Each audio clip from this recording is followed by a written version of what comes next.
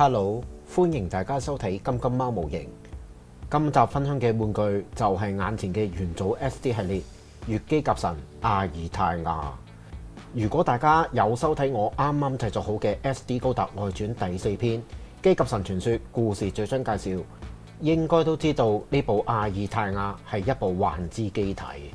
咁喺《姬甲神傳說》嘅正史裏面係冇正式出場嘅。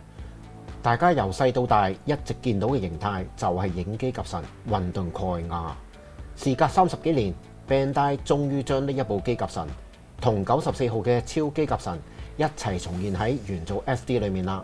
佢可以同光傑尼西斯合體為最終形態，咁亦都係超姬甲神嘅真正姿態，7神合體。超姬甲神嘅盒我仲留住㗎吓，咁啊比較一下呢一盒月姬甲神有幾大啦。呢個角度會清楚一啲，差唔多有1/4嘅體積啊！今集就非常簡單開箱俾大家睇睇，咁因為要認真去做，相信都要用1至2個星期時間去整啊！嗱，另外啦，因為我訂嘅係港運啊，咁日本嗰邊呢，早喺1個星期前呢就已經派咗貨，咁好多頻道其實已經將佢整好咗噶啦，咁我不如花多啲時間呢去諗下點樣整。要用最多時間去重新上色，就係眼前呢一款土黃色嘅。嗱，今次真係要鬧 Bandai 啊嚇！嗱，呢盒模型係接近600蚊嘅。咁元祖 SD 以我所知呢，都係非常少產品嘅一個系列啊。咁作為月姬甲神最重要嘅黃色，我已經呢係唔指望會用 Figure-wise Standard Kuga 嗰款金色嘅。咁你用元祖高達嘅成型奶黃色呢，點都好過呢款土黃色係嘛？所以就要重新上色啦。呢一啲電鍍件就同超姬甲神嘅劍同埋盾牌一樣，部分零件係有製作隱藏式水口嘅。嗱，有陣時我覺得 Bandai 好怪嘅，明明有好嘅技術，但係又唔做好俾玩家，定價又偏高。透明綠色件就非常靚啦，我係收貨嘅。白色嘅件有一個特別嘅地方，呢一件係有預塗紅色嘅。同阿爾蓋亞一樣係有送人仔嘅，咁今次就係月神高達啦。黑色嘅內扣件，我最初以為係會兼容阿爾蓋亞嘅，嗱就咁樣睇應該就唔同啦。嚟到紅色嘅分件，我發現呢就唔係話太多水紋，整體嚟講呢一隻成型紅色都可以接受。仲有3對手型。寶色嘅貼紙，最後就係翅膀特效件。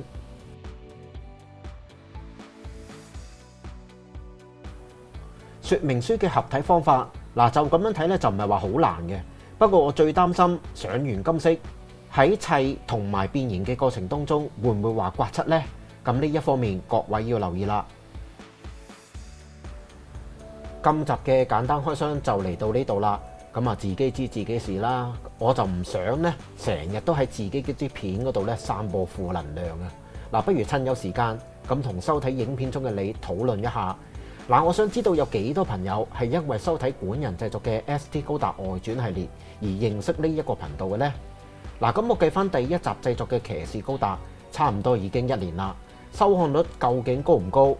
就同大家講一講啦。第一篇截古自護篇。大約6800人收睇嘅，收益係所有影片之中最少，因為當時我係冇開到 Super Fans 嘅。圓桌騎士篇5500人收睇，我覺得反應咧係好過騎士高達嘅。聖機兵物語曾經係頻道收視最低嘅其中一段影片，雖然而家係接近有4300嘅 view 數啊，咁但係當初頭1個星期咧係得1000 view 嘅啫。跟住就係姬甲神傳說上集啦，訂閱數同第一篇差唔多，不過早幾日推出嘅下集呢，收看率就令我有啲震驚啦。下集唔及上集嘅定律，竟然出現喺我身上嘅，嗱令我有啲懷疑呢係咪我製作得唔好啊？大家睇完 SD 高達外傳嘅收看率同埋收益，嗱可能會有朋友問：喂，點解我要公開呢啲資料出嚟呢？係想博啲乜嘢呢？咁因為有朋友曾經喺其他討論區問過我嘅，咁究竟花咁多時間去製作呢啲影片，原因係啲乜？嗱，咁我開估啦，咁其實我係癲嘅，講笑啊，暫時唔係。嗱，當初上年開始製作第一集嘅心境呢，同而家嘅我係完全唔同噶啦。咁我係想帶出每一個人嘅諗法都係唔一樣嘅。嗱，例如我本身做多媒體噶啦，啱啱過咗去嘅疫情同而家都係好艱難嘅時間，再加上自己嘅屋企人健康出咗問題，咁啊唔單止係一位發生咗問題，有好多嘢就只係得我去處理嘅啫，咁啊冇人幫到我嘅。例如啱啱整嘅 HG 重高達 Mark II， 本身一直都冇諗過要整嘅。嗱，呢幾個月自己充分體驗一樣嘢，就係健康非常非常重要啊！咁自己每晚咧瞓喺張床嗰度，都會諗，喂，究竟啲觀看數係咪真係咁重要呢？以前成日捱夜去錄音拍嘢，究竟為咗乜嘢？做 YouTube 係咪真係夠皮㗎？嗱，咁相信未來5年咧都一定唔得㗎啦。分分鐘傷身，連我自己都入埋廠，咁到時候屋企嘅嘢呢，仲有邊個可以負責呢？所以最近呢4個月呢，我都睇化晒啦，咁啊唔想再同其他頻道呢去鬥快，我覺得係冇意思嘅。咁俾我拎到最高 view 又點樣呢？都係唔夠生活噶啦。另外啦，我唔想自己嗰啲片呢係會同其他頻道嘅內容呢大部分一樣嘅。自己作為一個觀眾去睇戲，都唔會話睇幾次啦。咁除非真係好有愛嘅啫。咁我反問自己，究竟憑啲乜嘢去吸引人睇呢？玩具開箱嗱，講真啦，而家每個人有部電話，人人都可以做 YouTube 啦。雖然有朋友會講，喂，你拍攝嘅角度同講嘢嘅內容會同其他頻道唔同啊嘛。咁但係你會唔會保證唔會飛，又或者加速嚟睇段片呢？例如越機及神，我推出呢個影片嘅時間，都已經有幾個頻道出咗成品啦。咁啊係佢哋勁咯，我渣咯。所以我寧願遲啲咧先至做，甚至係唔做嘅。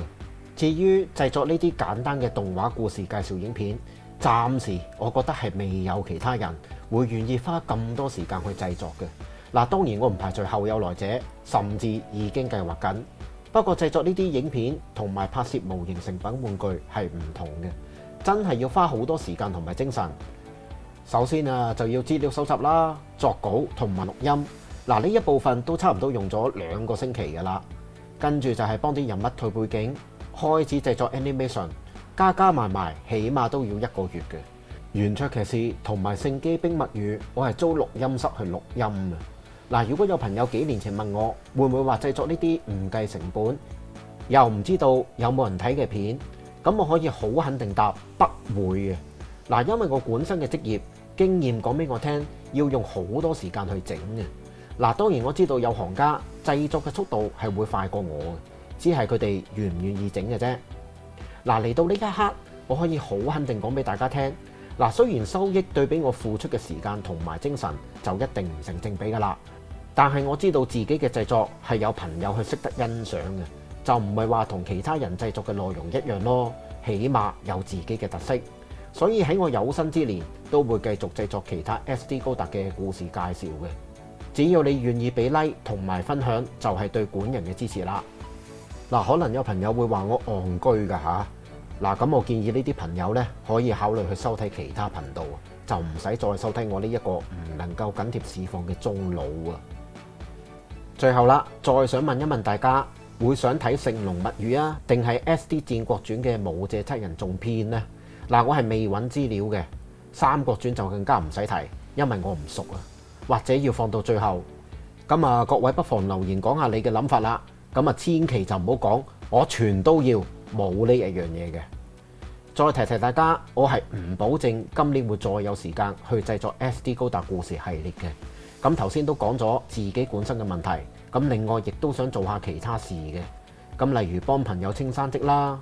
至於呢一盒元祖 SD 月姬及神阿爾泰亞，我或者係會自己製作完，影一啲成品相就算數啊。